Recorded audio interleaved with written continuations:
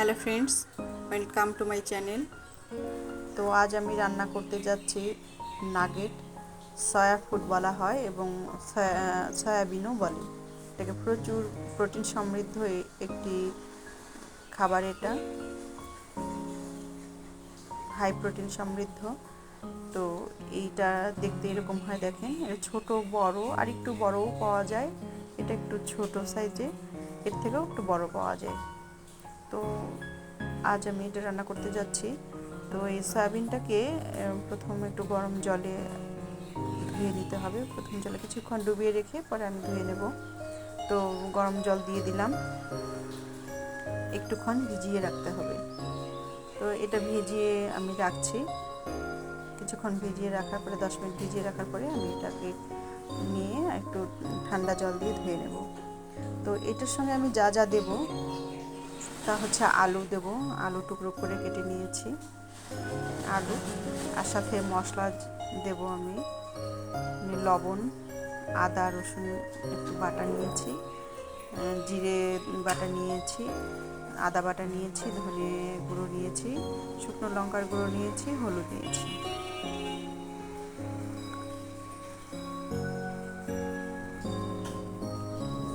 তো এখন আমি রান্নায় চলে আসলাম। প্যানে তেল দিয়ে দিয়েছি। আলুটা খুব ভালো করে ভেজে নেব, সুন্দর করে ভেজে নেব। সেদ্ধ হবে আবার ভাজাও হয়ে যাবে। তেলে ভেজে নেব। এখন আমি এটাকে একটু নাড়াচাড়া করে ঢেকে দেব।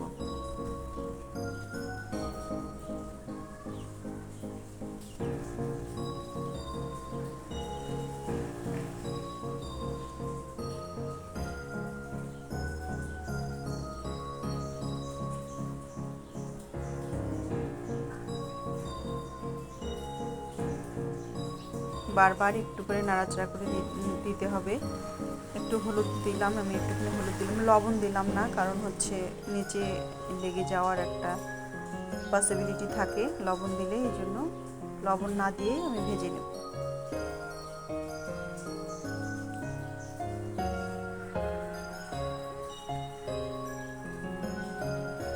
আলু ভাজা হয়ে গিয়েছে, আমি এটাকে উঠিয়ে নিচ্ছি।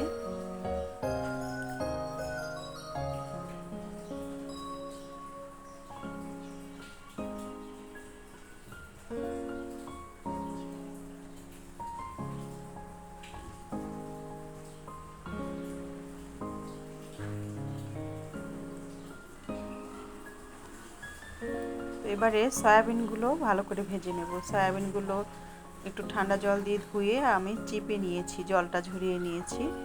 নিয়ে এখন ওই তেলে হলুদ দিয়ে আমি সয়াবিনটাকে ভেজে নিচ্ছি। এটা ভাজা হয়ে গিয়েছে, আমি সয়াবিনটাকে এখন নামিয়ে নেব। আচ্ছা, সয়াবিনটা নামিয়ে নিয়ে আমি এখানে এই জায়গাটুকু একটু কেটে গেছে, আমি জায়গাটা দেখাতে পারছি না, কিন্তু আমি বলছি। আমি তেলে পেঁয়াজ দিয়েছি, এলাচ দারচিনি দিয়েছি এবং তেজপাতা দিয়েছি। দিয়ে যে মশলাটা আমি দেখালাম, এই মশলাটা আমি দিয়ে ভালো করে কষিয়ে নিচ্ছি।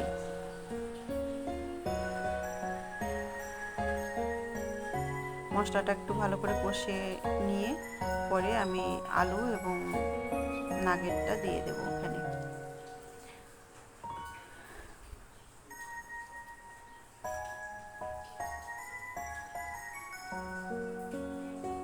হালকা গরম জল দিলাম।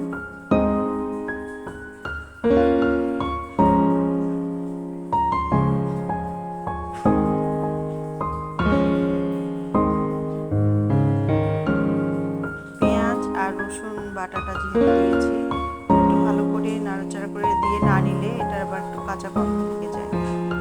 ওই যে আলু আর সয়াবিনটা আমি দিয়ে দিলাম, দিয়ে এটার সঙ্গে আমি মশলাটা একটু কষিয়ে নেব।